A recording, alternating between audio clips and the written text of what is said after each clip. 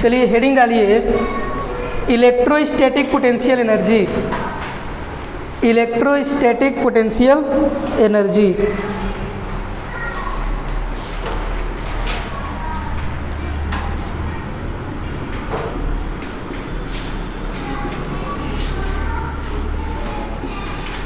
Electrostatic potential energy.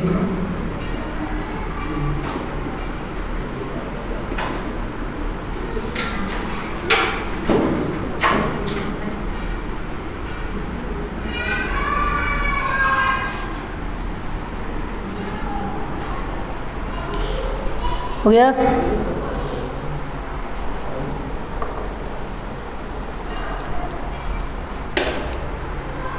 देखिए यहाँ पे इलेक्ट्रोस्टैटिक पोटेंशियल एनर्जी हमको समझना है। क्या समझना है? Electrostatic potential energy. चलिए, तो इलेक्ट्रोस्टैटिक पोटेंशियल एनर्जी है क्या? तो इसमें हम लोग क्या करेंगे, हमको रिजल्ट किसका चाहिए? पोटेंशियल एनर्जी के टर्म में चाहिए। तो ज़रा हम कुछ प्रीवियस नॉलेज लेके चलते हैं आपके पास। इधर देखिए, जैसे मान लीजिए इस तरीके से कोई चीज़ है हमारे पास और यहाँ पे कोई ऑब्जेक्ट है। क्या है? ऑब्जेक्ट है जिस पे कुछ फोर्स लग रहा है जिसका नेट फोर्स 0 नहीं है। इधर दिख रहा है नेट फोर्स 0 नहीं है। और मान लेते हैं इस ऑब्जेक्ट का मास कितना है? स्मॉल m है और इसकी इनिशियल स्पीड कितना है? 0 है। कितना है? 0 है। ये स्टार्ट कहाँ से हो रहा है? रेस्ट से। तो इसकी इनिशियल स्पीड क्या होगी? 0। इसके ऊपर एक फोर्स लग रहा है, नेट फोर्स, जो किसके बराबर है? 0 के बराबर नहीं है आपका। तो जब ये ऑब्जेक्ट यहाँ पे पहुँचेगा तो बताइए इसकी फाइनल वेलोसिटी 0 नहीं ना होगी कि होगी? हाँ, फाइनल वेलोसिटी 0 होगी कि नहीं होगी? नहीं होगी, क्योंकि फिर वहाँ से क्या करने लगेगा? वो इंक्लाइंड प्लेन पे है तो इस जगह पे इसकी वेलोसिटी क्या हो जाएगी? 0 नहीं हो जाएगी। तो अगर यहाँ पे वर्क डन का देखें हम लोग तो क्या इसको लिख सकते हैं change in potential energy plus change in kinetic energy? पढ़ाए थे आप लोग को 11th में कि जो वर्क डन होता है ये sum of potential energy plus sum of kinetic energy के बराबर होता है। तो यहाँ पे ज़रा देखिए W = डेल U प्लस इसका मास m है और हम इसको कांस्टेंट वेलोसिटी से मूव करा रहे हैं। किस वेलोसिटी से? कांस्टेंट वेलोसिटी से। तो इसका एक्सेलरेशन क्या हो जाएगा? 0। क्या हो जाएगा? 0। तो बताइए नेट फोर्स 0 होगा कि नहीं होगा? होगा। तो जब नेट फोर्स 0 तो ये वाला टर्म क्या हो जाएगा आपका? Kinetic energy 0। तो ये भी आपका, क्योंकि वेलोसिटी क्या है आपका? कांस्टेंट है, तो चेंज इन काइनेटिक एनर्जी क्या हो जाएगी? 0। तो ये जो वर्क डन होगा आपका किसके बराबर हो जाएगा? चेंज इन पोटेंशियल एनर्जी के बराबर। अगर ये आपका जो पार्टिकल है अगर ये कांस्टेंट वेलोसिटी से मूव नहीं करता तो इसकी काइनेटिक एनर्जी 0 नहीं होती, क्योंकि हर एक पॉइंट पे इसकी वेलोसिटी क्या होती? चेंज होती। तो इस वेलोसिटी के चेंज होने से काइनेटिक एनर्जी में क्या होता?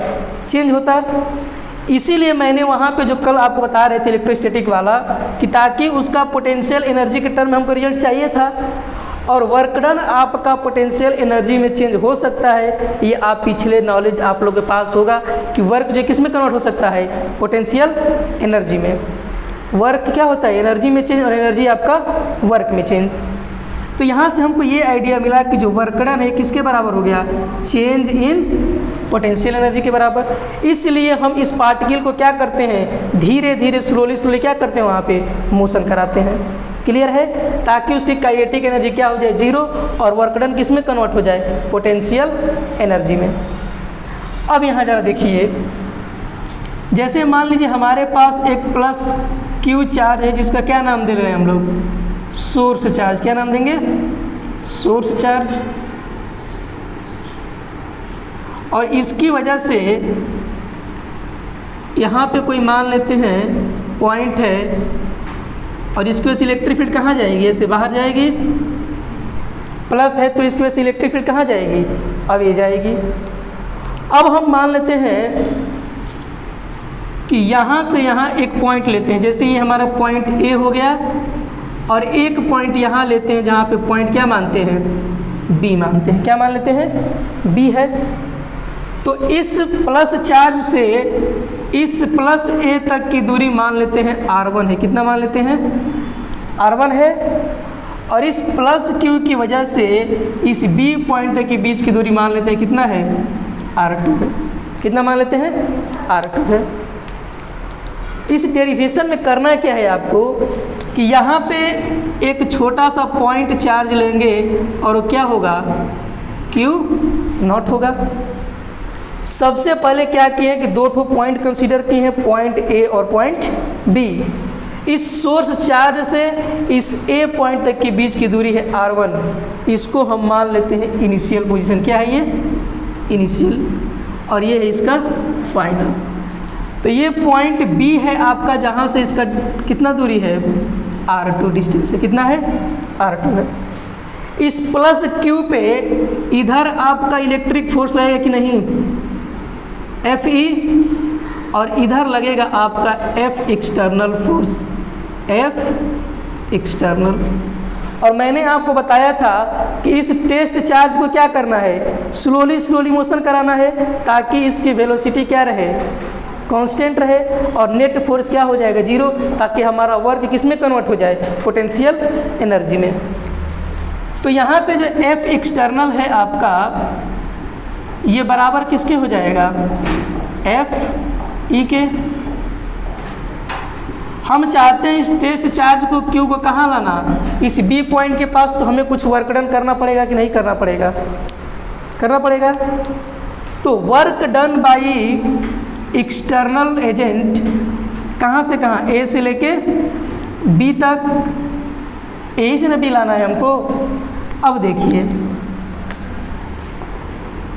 तो मैंने आपको बताया था कि फार्मूला होता है F एक्सटर्नल dx। होता है ये? क्या हो गया? हाँ, Fe जो है ये इलेक्ट्रोस्टैटिक फोर्स है। पहले डिफिनेशन बताए थे। Fe जो है आपका इलेक्ट्रोस्टैटिक फोर्स है। क्या हुआ? इधर ही ना लगेगा? सोर्स चार्ज की वजह से इलेक्ट्रोस्टैटिक फोर्स कहाँ लगेगा? अब ये लगेगा। ये तो एक्सटर्नल है जो हम लगा रहे हैं। इस टेस्ट चार्ज को प्लस ए से कहाँ लाना चाहते हैं? प्लस बी की तरफ। तो यहाँ पे आपका F एक्सटर्नल हो जाएगा। अब देखिए यहाँ से इस प्लस Q चार्ज की वजह से और इस Q नॉट के बीच की दूरी मान लेते हैं कितना है? x है। कितना मान लेते हैं? x। सोर्स चार्ज से इस प्लस Q नॉट के बीच की दूरी कितना है? x है। तो इसकी वजह से इलेक्ट्रोस्टैटिक फोर्स कितना होगा? अरे सॉरी, एक्सटर्नल फोर्स कितना होगा जी? ये जो एक्सटर्नल फोर्स है, क्या ये माइनस Fe के बराबर हो सकता है? हाँ, F एक्सटर्नल किसके बराबर हो जाएगा? माइनस Fe के। तो जरा देखिए, ये आपका प्लस Q है और ये आपका Q नॉट है, और इसके बीच की दूरी x है। तो क्या इसको F एक्सटर्नल को माइनस Fe dx लिख सकते हैं? F एक्सटर्नल किसके बराबर है? माइनस Fe के। तो F एक्सटर्नल की जगह क्या रख दिया मैंने? Minus Fe। Fe है आपका इलेक्ट्रोस्टैटिक फोर्स, जो इस सोर्स चार्ज के द्वारा उस पॉइंट पे फोर्स लग रहा है। आया समझ में? अब देखिए, माइनस Fe को क्या लिख सकते हैं? Q नॉट, Q नॉट, और डिवाइडेड बाई क्या लिख सकते हैं? x स्क्वायर, और ये हो जाएगा dx। लिख सकते हैं? इस चार्ज और इस चार्ज के बीच का डिस्टेंस x है, तो कूलॉम्स लॉ के अनुसार क्या लिख सकते थे, दो चार्ज के बीच जो फोर्स लगता था k⁴ डिवाइडेड बाई r²। ठीक उसी तरीके से यहाँ मैंने क्या रख दिया, वैल्यू। यहाँ देखिए k भी कांस्टेंट, q भी कांस्टेंट, q0 भी कांस्टेंट, तो माइनस q0 कहाँ चला जाएगा, बाहर, और यहाँ बचेगा आपका 1/x² dx। क्या इसको ऐसे लिख दूँ डायरेक्ट x⁻², कोई दिक्कत? और लिमिट लगा देते हैं हम, कहाँ से कहाँ, इनिशियल r1 है और फाइनल कितना है r2 है, तो r2 अपर लिमिट और लोअर लिमिट क्या हो जाएगा, r1 हो जाएगा। नोट कर लीजिए इतना पहले।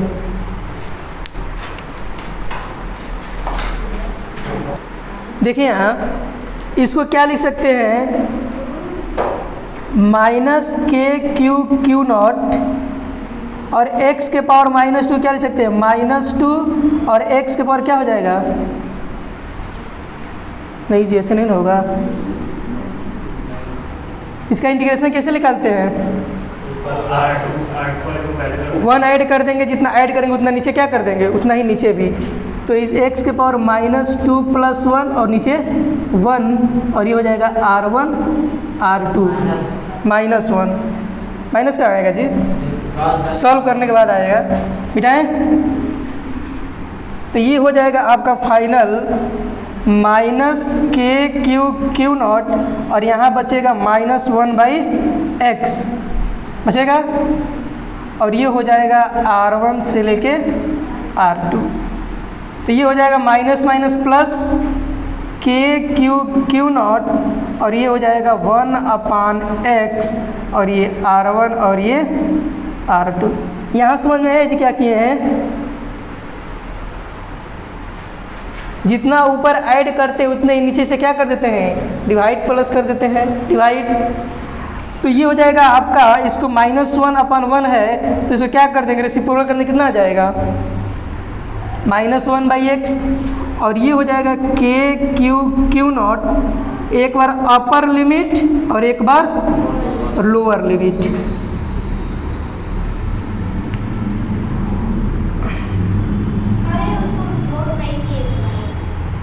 नोट कर लेना अभी, नहीं नोट की थी, नोट कर लेना। ये आपका रिजल्ट मिला फाइनल k⁻ और 1/r2। हाँ क्या हो गया, ये हो जाएगा work done by external A से लेके B तक।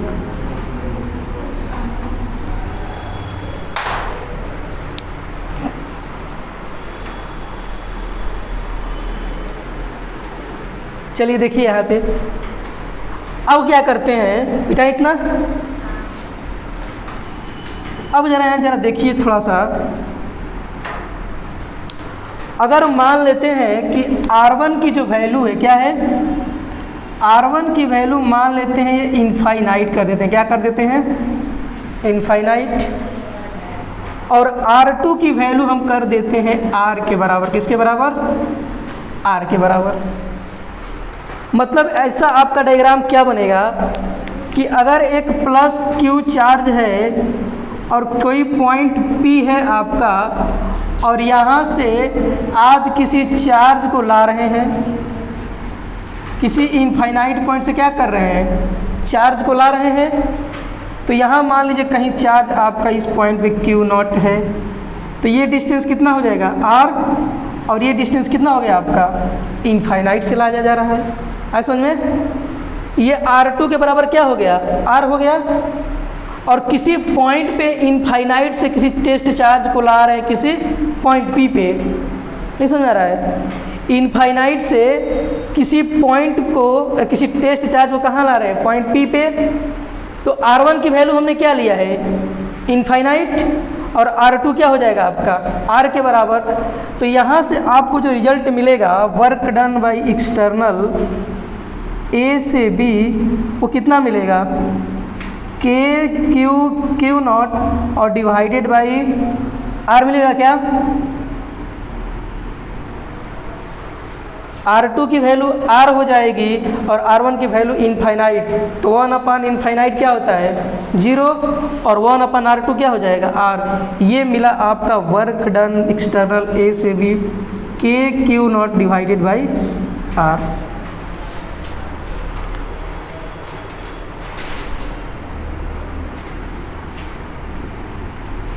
इसे कहते हैं इलेक्ट्रोस्टैटिक पोटेंशियल एनर्जी। और इस साल जो प्रीवियस ईयर इसी साल जो है एग्ज़ाम में आपको डेरिवेशन ही पूछा था और इस पे जस्ट न्यूमेरिकल पूछा था 5 नंबर में। चलिए हो गया ये वाला। तो यहाँ देखिए work done by external agent कितना आया है के Q not divided by R. अब ज़रा ध्यान दीजिए यहाँ तो ये जो आपका नीचे वाला है थोड़ा इसको देख लीजिए, के क्यू नॉट और डिवाइडेड बाई R2 और माइनस के Q not divided by R1। क्या इसको हम लिख सकते हैं, क्या लिख सकते हैं इसको, चेंज इन पोटेंशियल लिख सकते हैं। ये वर्क डन किसके बराबर हो जाएगा, पोटेंशियल एनर्जी। ये जो आया है आपका क्या है, पोटेंशियल एनर्जी U है, तो क्या इस चीज़ को हम लिख सकते हैं चेंज इन पोटेंशियल एनर्जी। तो जो आपका वर्क डन इलेक्ट्रोस्टैटिक मिला है, जो work done by external agent, वो किसके बराबर हो जाएगा, इलेक्ट्रोस्टैटिक पोटेंशियल एनर्जी के बराबर डेल्टा U। पहले इसको लिख लीजिए और फिर यहाँ से लिख लीजिएगा।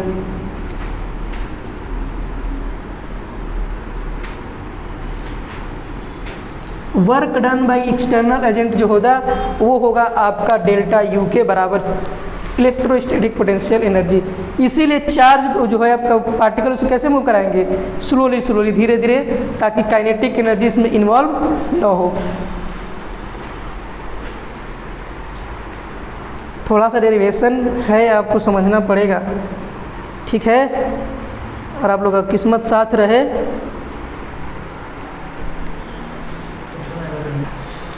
पहला क्वेश्चन लिखिए, find,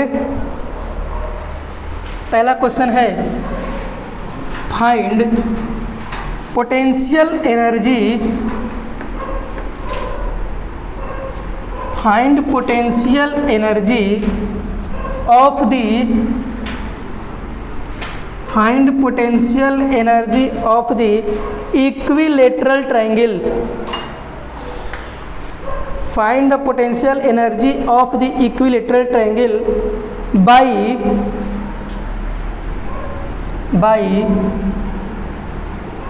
bringing a charge, by bringing a charge from infinity। ये दिया है आपका प्लस क्यू चार्ज, ये भी दिया है प्लस क्यू और ये भी दिया है आपको प्लस क्यू, ठीक है। आपको फाइंड करना है इलेक्ट्रोस्टैटिक पोटेंशियल एनर्जी। यही सवाल है जो इस साल के एग्जाम में आया था। पोटेंशियल एनर्जी फाइंड करना है आपको इक्विलेटरल ट्रायंगल का, प्लस क्यू, तीनों पे प्लस क्यू चार्ज है और इनके बीच का सेपरेशन है, मान लेते हैं ए, क्या है, ए है।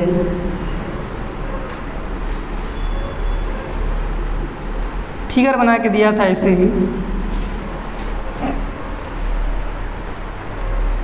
ट्राई करिए।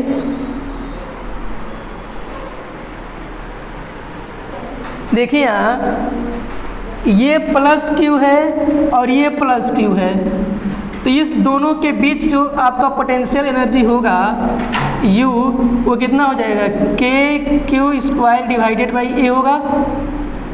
इसको U1 मान लेते हैं और U2 की वैल्यू कितना हो जाएगा, के क्यू स्क्वायर डिवाइडेड बाई ए, ये भी वही होगा। U3 निकालेंगे तो आएगा के क्यू स्क्वायर डिवाइडेड बाई ए। तो अगर आपसे मैं नेट पोटेंशियल एनर्जी पूछूं तो 3 के क्यू स्क्वायर डिवाइडेड बाई ए हो जाएगा कि नहीं हो जाएगा। डेरिवेशन नहीं पूछा था, डेरिवेशन भी वही, न्यूमेरिकल में भी वही आया।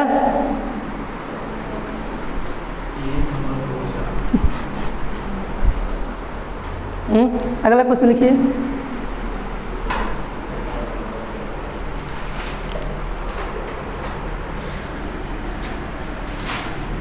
मिटा देते हैं इसको। अगला लिखिए question, calculate the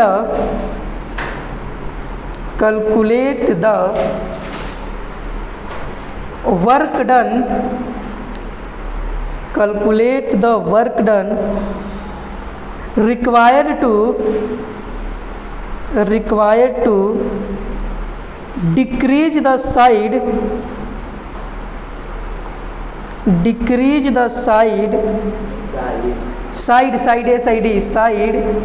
of a triangle, equilateral है triangle, वही equilateral triangle, of a equilateral triangle to a/2। अगर दोनों जैसे इक्विलेटरल ट्रायंगल है, अगर इसके बीच के डिस्टेंस को आधा कर दिया गया है, अब 2a/2 TO2 a/2 कितना हो जाएगा? 6k² divided by q into Q square है ना होगा। नोट कहाँ से लगा रहे हो जी? यहाँ दो तो क्यों ना दिखाई दे रहा कि नोट कहाँ है? तो डिवाइडेड बाई a। देखिए क्या किया गया क्वेश्चन में, इसका जो बीच के डिस्टेंस है उसको आधा कर दिया गया है। क्या कर दिया गया है? आधा। तो जब पूरा था तो कितना आया था? 3k² divided by a। और जब आधा करेंगे तो क्या हो जाएगा? a/, इसको जो ऊपर में कितना हो जाएगा? 6k² divided by a।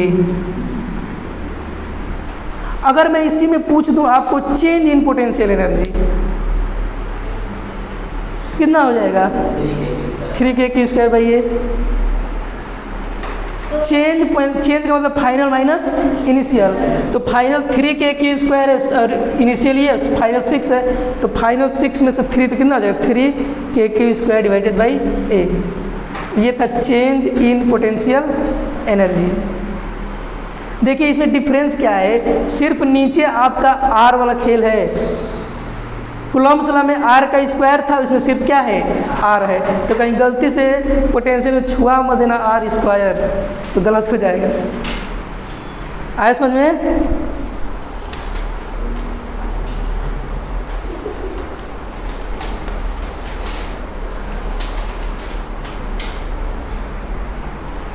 हो गया? ठीक है, अगला क्वेश्चन लिखिए।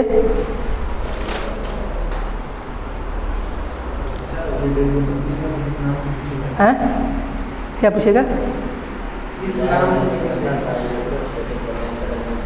क्वेश्चन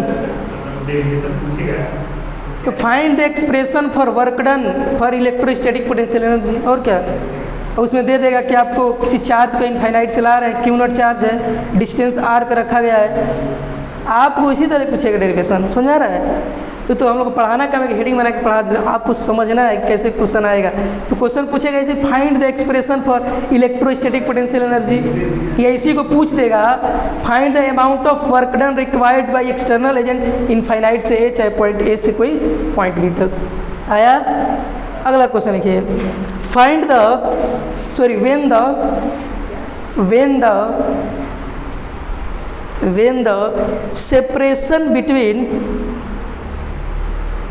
when the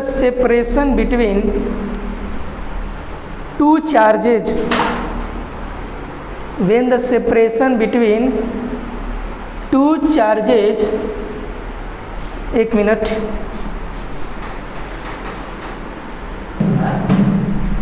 चलो लिखो क्वेश्चन क्या बोले हैं।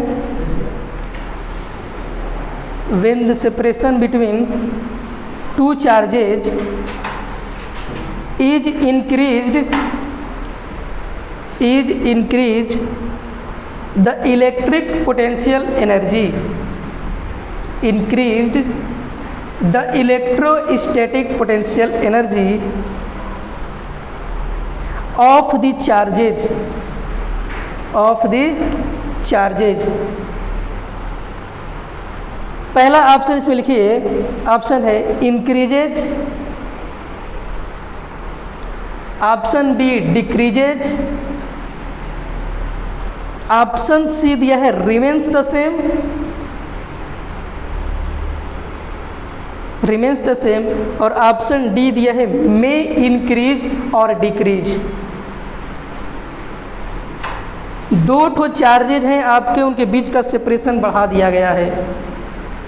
जब सेपरेशन बिटवीन टू चार्जेज क्या कर दिया जा रहा है, इंक्रीज कर दिया जा रहा है, तो पूछा है कि इलेक्ट्रोस्टैटिक पोटेंशियल एनर्जी क्या होगी, डिक्रीज करेगी, इंक्रीज करेगी, रिमेन सेम रहेगी, या फिर इंक्रीज और डिक्रीज दोनों करेगी, आपको बताना यही है। डिस्टेंस बढ़ रहा है तो पोटेंशियल एनर्जी क्या हो जाएगी, डिक्रीज हो जाएगी। ये चीज़ आपकी गलत है। आइए समझा रहे हैं कैसे। अरे आइए ना, आपको दिया है कि जब दो चार्जेज के बीच का सेपरेशन, दो चार्जेज का बीच का सेपरेशन, अब वो दो चार्जेज में से एक चार्ज पॉजिटिव भी हो सकता है और दूसरा चार्ज नेगेटिव भी हो सकता है, या दोनों चार्ज क्या हो सकते हैं, पॉजिटिव हो सकते हैं। तो अगर Q1 Q2 की वैल्यू अपन R है, अगर ये दोनों पॉजिटिव होंगे तो Q1 Q2 की वैल्यू ग्रेटर देन 0, तो ये चीज़ क्या हो जाएगी, इंक्रीज डिक्रीज करेगी। इसको बढ़ाओगे जब, तो ये पॉजिटिव है तो ये क्या हो जाएगा, work done, increase electrostatic potential energy क्या हो जाएगी, घट जाएगी। अब क्या हुआ, अगर ये देख पॉजिटिव हो गया और दूसरा क्या हो गया, नेगेटिव, तो अब ये Q1 Q2 दोनों का प्रोडक्ट लेस देन क्या हो जाएगा, 0। तो जब ये निगेटिव चीज़ है आपका और इसको अब क्या कर रहे हैं, नीचे वाले साइज को बढ़ा रहे हैं, तो ये घटेगा, लेकिन निगेटिव वजह से क्या हो जाएगा, बढ़ जाएगा। ऐसा हो जाए, बढ़ा रहे हैं यार को, तो ये चीज़ बढ़ रही है। अगर निगेटिव चीज़ आ रहा है, जो रिजल्ट निगेटिव है, तो ये चीज़ क्या हो जाएगी, घट जाएगी। और पहले में क्या हो रहा था, बढ़ रहा था, तो में इंक्रीज भी हो सकता है और डिक्रीज भी हो सकता है। आपको ये नहीं दिया है कि दोनों पॉजिटिव और निगेटिव चार्ज है। यही तो आपको फंसाने की चाल है क्वेश्चन में। Q1 अभी दे देगा पॉजिटिव, तो इसका ज़रा ध्यान रखिएगा, ठीक है। कल क्लास कंटिन्यू करेंगे।